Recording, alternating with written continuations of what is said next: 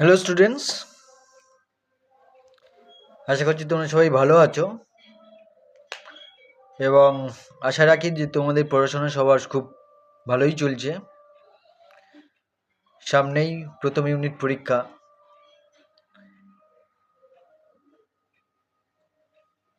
April মাসের 1 তারিখে অর্থাৎ 1 এপ্রিল থেকে তোমাদের সবার পরীক্ষা শুরু হওয়ার কথা। হয়তো কোনো কোনো স্কুলে ডেট হয়তো চেঞ্জ করতে পারে বা কোনো কোনো স্কুলের ওই 1 এপ্রিলে পরীক্ষা নাও হতে পারে, 2-1 দিন 5 দিন আগুন পিছন হতে পারে। যাই হোক, ক্লাস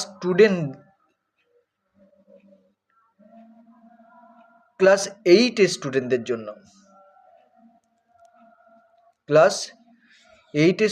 জন্য প্রথম ইউনিটের ইতিহাস থেকে গুরুত্বপূর্ণ প্রশ্ন।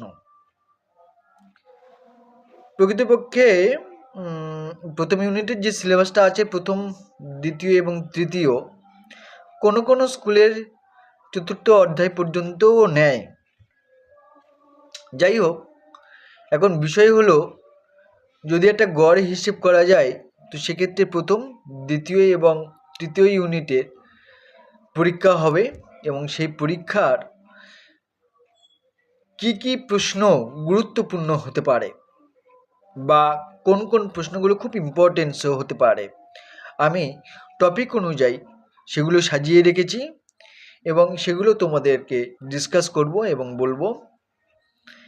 দেখো, চলো সময় নষ্ট না করে প্রথম ইউনিটের কি কি প্রশ্ন গুরুত্বপূর্ণ হতে পারে সেগুলো একটু আলোচনা করে দেখে নেওয়া যাক। তবে এই প্রসঙ্গে আরও একটা কথা বলি যে 3টে অধ্যায়ের শর্ট প্রশ্ন খুব ভালো করে তোমরা তৈরি করবে।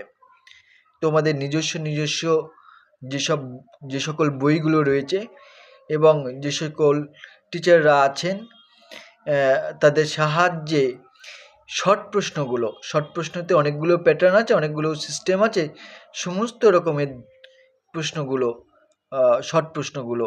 সমস্ত ধরনের শর্ট প্রশ্নগুলো তোমরা রেডি করো। তবে আর একটা প্রসঙ্গ হচ্ছে ম্যাচিংও দিতে পারে প্রত্যেকটা অধ্যায়ের থেকে। এগুলো হচ্ছে গুরুত্বপূর্ণ, তোমরা অভ্যাস করো। চলো যাই প্রথম ইউনিটের গুরুত্বপূর্ণ প্রশ্ন, মানে 3 নম্বর এবং 5 নম্বরের যে গুরুত্বপূর্ণ প্রশ্ন। সম্ভবত প্রথম ইউনিটের প্রথম চ্যাপ্টারে বড় প্রশ্ন তেমনভাবে আসে না, অল্প কয়েকটা শর্ট প্রশ্ন আছে। তাদের মধ্যে 2-4টে শর্ট প্রশ্ন তো রয়েছে, কিন্তু তাদের মধ্যে যেগুলো ইম্পর্টেন্ট 3 নম্বর বা টিকা বা বড় প্রশ্ন, সেগুলো হচ্ছে, দেখো, 3 নম্বরের প্রশ্ন হিসেবে বলা যেতে পারে বা টিকা হিসেবে বলা যেতে পারে জেমস মিল সাম্রাজ্যবাদ বা হিস্ট্রি অফ ব্রিটিশ ইন্ডিয়া, এটা। আর যুগ বিভাজনের তাৎপর্য, এটা 5 নম্বরেরও হতে পারে, আবার 3 নম্বরেরও হতে পারে। দেখো, ইতিহাসে যুগ বিভাজনের কারণ, এইটা বড় প্রশ্ন হিসেবে আসতে পারে। ইতিহাসের যুগ বিভাজনের কারণ এটা হতে পারে। আর একটা খুব ইম্পর্টেন্ট প্রশ্ন হতে পারে, সেটা হচ্ছে কি যে আধুনিক ইতিহাসের উপাদানগুলি কী কী। আধুনিক ইতিহাসের উপাদানগুলি, এবং এর সাথে সাথে আরেকটা প্রশ্ন হতে পারে যে ইতিহাসের আধুনিক উপাদানগুলি। প্রশ্নটা হয়তো ঘুরিয়ে আসতে পারে যে ইতিহাসের আধুনিক যে উপাদান, বা এটা না দিয়ে বলতে পারি যে ইতিহাসের উপাদানগুলি আলোচনা করো। সেখানটায় তোমাদের বিভিন্ন উপাদানগুলো, মানে কি কি সোর্স থেকে আমরা ইতিহাসের বিভিন্ন বিষয়গুলো পাই, সেই সব সোর্সগুলোর কথা তোমাদের বলতে হবে, লিখতে হবে। ওই যেমন লিপি আছে, মুদ্রা আছে, জীবন স্মৃতি রয়েছে, বা অটোবায়োগ্রাফি যেটা বলি আমরা আর কি, সরকারি দলিলপত্র, চিঠিপত্র, তারপর জীবনীমূলক কোনো বই, আধুনিক দিনের হচ্ছে কি ইন্টারনেট, প্রভৃতি, যে ইন্টারনেটের সুবিধা অসুবিধাটা এটা আসতে পারে, ইন্টারনেটের সুবিধা এবং অসুবিধা। যাক, প্রথম অধ্যায় থেকে তেমন বেশি কিছু প্রশ্ন নেই, থাকে না, তবে দ্বিতীয় অধ্যায় খুব গুরুত্বপূর্ণ। দেখো 5 নম্বরের প্রশ্নের ক্ষেত্রে যেমন বলি যে ফারুকশিয়া ফরমানের শর্ত, এটা খুব ইম্পর্টেন্ট। আঞ্চলিক শক্তি উত্থানের কারণ,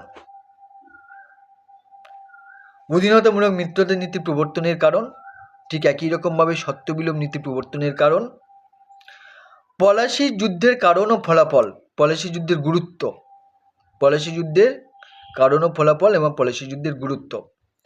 পলাশীর লুণ্ঠনটা টিকা হিসেবে আসতে পারে। বস্কার যুদ্ধের কারণ ও ফলাফল, বস্কার যুদ্ধের গুরুত্ব, এটা খুব ইম্পর্টেন্ট।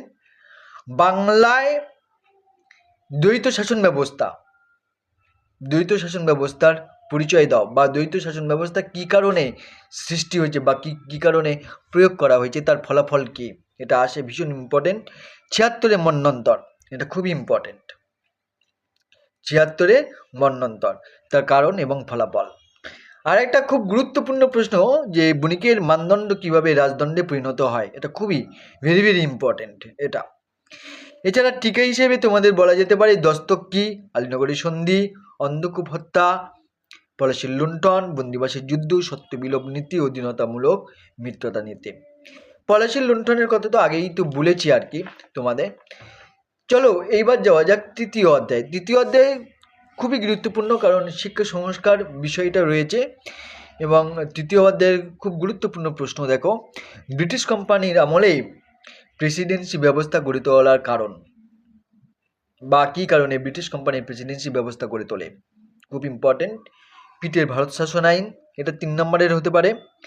রেগুলেটিং অ্যাক্ট, এই আইনের রেগুলেটিং অ্যাক্ট কি, এই আইনের বৈশিষ্ট্য। কোম্পানির আমলে দারোগা ব্যবস্থার পরিচয় দাও। ওয়ারেন হেস্টিংয়ের পুলিশ ব্যবস্থা এবং শাসন ব্যবস্থা, এবং একই রকমভাবে কর্নওয়ালিসের শাসন ব্যবস্থা এবং পুলিশ ব্যবস্থা, খুব ইম্পর্টেন্ট। লর্ড বেন্টিং, সংস্কারক হিসেবে লর্ড বেন্টিংয়ের অবদান, খুব ইম্পর্টেন্ট। আর একটা খুব গুরুত্বপূর্ণ প্রশ্ন, অ্যাকচুয়ালি এই 3টে যে টপিক রয়েছে প্রত্যেকটা টপিকের খুব গুরুত্বপূর্ণ প্রশ্ন, কোন প্রশ্নটা ছেড়ে কোন প্রশ্নটা হবে এটা খুব বলা খুব টাফ, খুব কঠিন। তাও কোম্পানির সময়ে আমলাতন্ত্র কিভাবে গড়ে ওঠে, কোম্পানি আমলে পাশ্চাত্য শিক্ষা বিস্তারের মিশনারিদের ভূমিকা, এটা খুব ইম্পর্টেন্ট, মিশনারিদের ভূমিকা। শিক্ষা বিস্তারে চার্লস উডের ভূমিকা, চার্লস উডের শিক্ষানীতি, এটা টিকা হিসেবে আসতে পারে। টিকা হিসেবে আসতে পারে কোনগুলো দেখো, রেগুলেটিং অ্যাক্ট, হচ্ছে কি board of control, Cornwallis code, সত্যবিলোপ নীতি, অধীনতামূলক মিত্রতা নীতি, এশিয়াটিক সোসাইটি, দহশালা, উইলিয়াম কেরি, শ্রীরামপুর ত্রয়ী, খুব ইম্পর্টেন্ট, শ্রীরামপুর ত্রয়ী, চুইয়ে পড়া নীতি, ফিল্টারেশন থিওরি যেটাকে বলা হয়, প্রাচ্যবাদী, এই প্রাচ্যবাদীটাকে ঘুরিয়ে দিতে পারে প্রাচ্যবাদী দ্বন্দ্ব, এটা খুব ইম্পর্টেন্ট। এছাড়া মিকেল মিনিট, তারপর হচ্ছে গিয়ে হান্টার কমিশন এবং ইজারাদারি ব্যবস্থা। এই হলো সামগ্রিক প্রথম, দ্বিতীয় এবং তৃতীয় ইউনিটের ইতিহাস থেকে প্রথম যে পরীক্ষাটা হতে চলেছে 1 এপ্রিল থেকে। সেই 1 এপ্রিল থেকে, মানে 1 এপ্রিলে হয়তো ইতিহাস হবে না, বাংলা হতে পারে, কোনো কোনো স্কুলে হয়তো দিতে পারে। বলছে 1 এপ্রিল থেকে তোমাদের প্রথম ইউনিটটা শুরু হবে। আর এই প্রথম ইউনিট যখন শুরু হবে তখন ইতিহাস বলে যে সাবজেক্টটা রয়েছে সেই সাবজেক্টের যে 3টে অধ্যায় হবে, ফার্স্ট, সেকেন্ড, থার্ড, সেই 3টে অধ্যায়ের গুরুত্বপূর্ণ কতগুলো প্রশ্ন। তো স্টুডেন্টস, এই আজকের ভিডিওটি তোমাদের জন্যই, এবং ইতিহাসের কতগুলো গুরুত্বপূর্ণ প্রশ্ন তোমাদেরকে দিলাম, বললাম, তোমাদের সাথে আলোচনা করলাম, শেয়ার করলাম। ভালো লাগলে পেজটি ফলো, লাইক করো।